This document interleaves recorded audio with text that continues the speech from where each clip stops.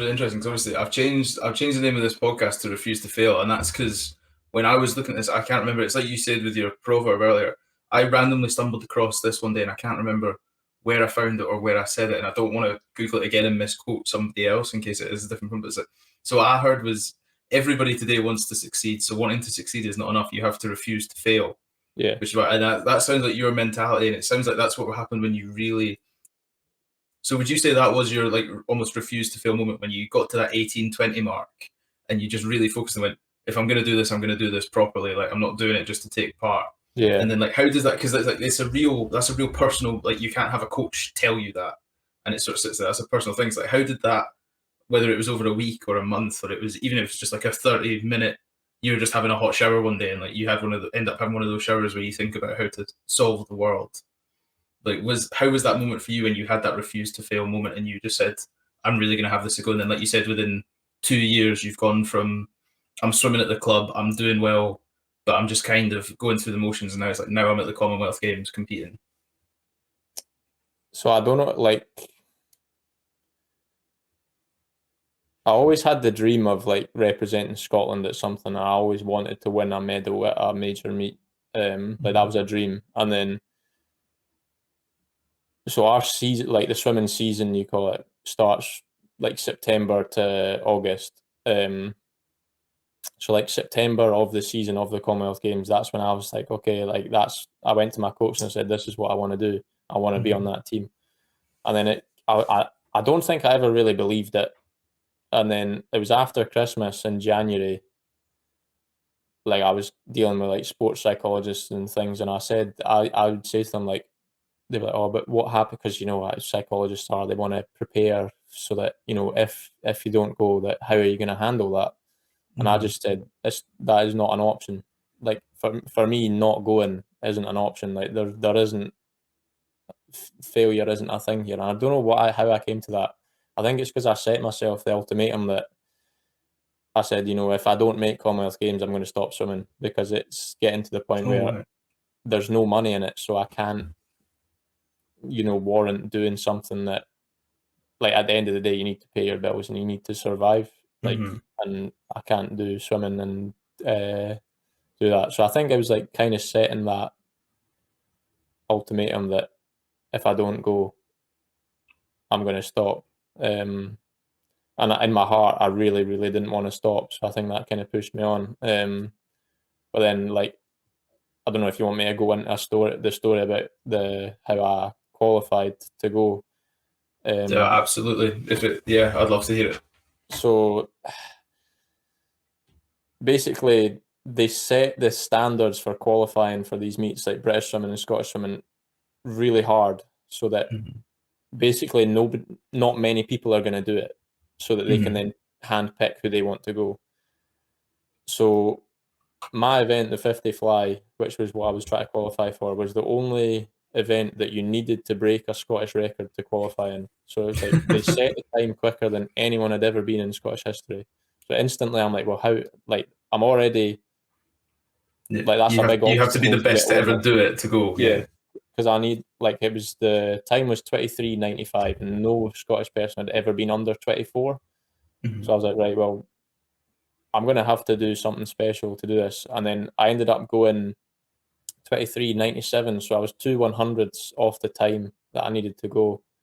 And I remember, like, I told my coach, I was like, I don't care if I don't go now because, like, that I could not have done any better. Like that, to me, I was so proud of myself. And that's the only time in my whole career that I have ever been, like, proud of a race that I've done. Which sounds kind of silly because I've done hundreds and hundreds of races. But that was the only one that I was like, you know what, that was actual good. And then I got really ill that night after it and found out that I had COVID. So I had COVID when I swam, and they brought out this policy basically that because they realised people weren't swimming as well as they thought they were gonna at the qualifying meet. So British champs. So if you sent in evidence to say you'd had COVID in the last year or had to isolate, they would take that into account when doing their nominations. So I obviously was like, look, I've had it whilst I've done the thing. That's got to have some impact because I literally couldn't go out of bed the next day. And they were like, no, that's, you've not had to like hinder your training in the past year, so it doesn't count. So they released the like nominations that they sent off to the selection committee for Commonwealth Games, and I saw like it was basically ranked, so like your percentage under the time, the higher up the list you were. Right. And there was people like, I don't want to say anything bad about these people because they deserve to be there, but there was people that I was theoretically ranked higher than, but they got put on the list above me because they put in their COVID case and mine didn't count. So when I saw that list, I was like, I'm not going. There's no way they're going to pick me, because they had their team, and then there was like 5 of us that were like kind of the extra spaces, and the like top reserve almost type thing. Yeah, so I was third on that list, but again, like I was pretty annoyed at that. So they took the top 2 on that list, and I got the phone call to say, look, we're sorry, you're not going. And I was like, well, what do I do now? And I kind of just said to myself, I was like, I'm going to stop, but I want to prove them wrong. So we had a British summer meet roughly a couple of weeks before Commonwealth Games, and I was targeting that. I was like, I'm going to prove to them why I should be on that team. I want to go a time that would win me a medal at the Commonwealth Games. And then like 3 weeks before the games, I got a phone call, or 4 weeks before, to say, oh, look, you're actually, we've got extra spaces, we're going to take you.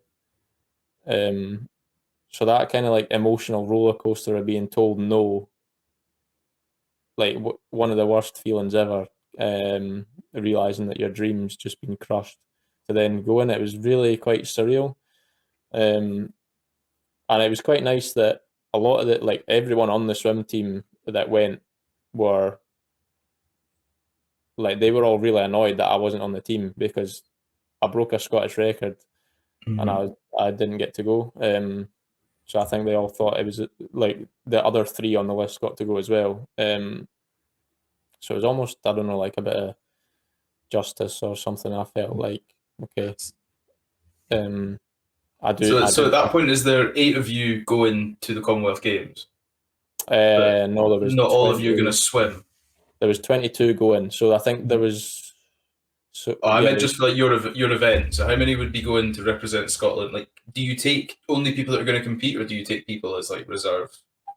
Oh no, so I was the only one. So I was the only one for my event, but then once you go, they can put you in for other events. Right. Okay. So basically, if I wasn't going, they weren't going to put. Actually, I think I was the only Scot that did the 50 fly. So yeah, I was. But if I didn't go, then they wouldn't put anyone in for that event. Right. Okay. Which seems kind of silly. Sorry, so I was just trying to understand how many people are currently at like in line for the Commonwealth Games at this point. So we'll take it back. You're just now at this British meet that you targeted originally. Yeah. And you're still gunning for this, whether I'm now going or not, even though you've now said I am. I'm still gonna try. Oh no, I didn't aim for this one. Or? I didn't do that. I did it was like Scottish Open, like 2 days after I got told I was going, I did the Scottish Open, and then I broke the Scottish record in my 50 fly again by like 1/100th there, and I also went quite a big PB on the 100. So that was like a month out, and then we have a taper, so like we'll ease off and get like properly rested, so that we're going to swim the fastest we've ever swam. And seeing how fast I was going then, like I was so confident going into Commonwealth Games. Like I was like the most confident I've ever been that I could go and do like lifetime bests. So that's how I got there. So after being told no, that's why I thought like it was quite, the refuse to fail thing is quite good in my case, because it just wasn't an option. And then I got to then. Hey, thank you for listening to this Clips episode on YouTube. And then if you want to hear the whole podcast, you can find them on Apple or Spotify, as well as the full video version on this YouTube channel, alongside all the other great content we produce on a weekly basis. Thank you so much for listening, and I hope to see you again on another Clips episode or in the full episode podcast. Tweet us, tag us, let us know what you thought. All the links are down in the description. It means the world that you guys come and support us, so thank you very much.